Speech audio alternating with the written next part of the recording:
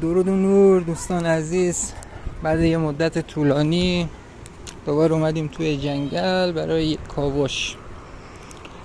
خب این منطقه باستانیه تقریبا.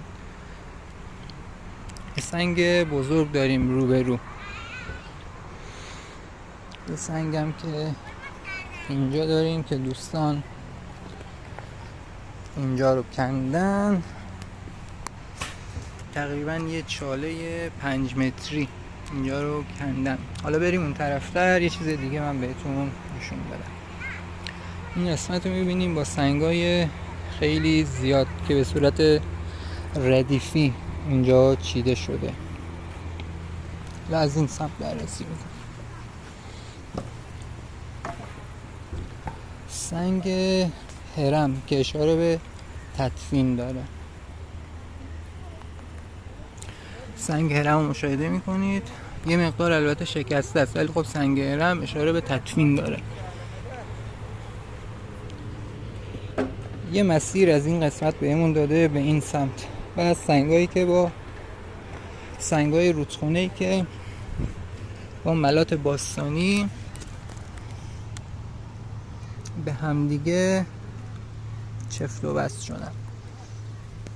تقریبا یه نمادی رو اینجا یه دونه پول میبینیم که فکر کنم اینو صدقه انداختن دوستان. بذار اینجا باشه برای این قبر. حالا این قسمت یه نمادی رو داریم اگه توی کادر دیده شه. صورت نماد تقریبا اینقدر روش گیاه جلبک اینجور چیزا چسبیده که مشخص نمیشه، ولی خب به نظر من احتمالاً باید سر سگی چیزی باشه، سگ نگهبان که صورتش اشاره به این سنگ داره. این قبرها معمولاً به صورت ال شکل، یعنی صاف میری به سمت پایین، سنگو برمیدارین میرین به سمت پایین، بعد مستقیم میره زیر خود قبر. ورودی تقریبا از همین قسمته. و چیدمان سنگی که خود قبر رو مشخص میکنه به این صورت. هر جا دیدید 3 تا سنگ به این صورت کنار همدیگه قرار گرفته،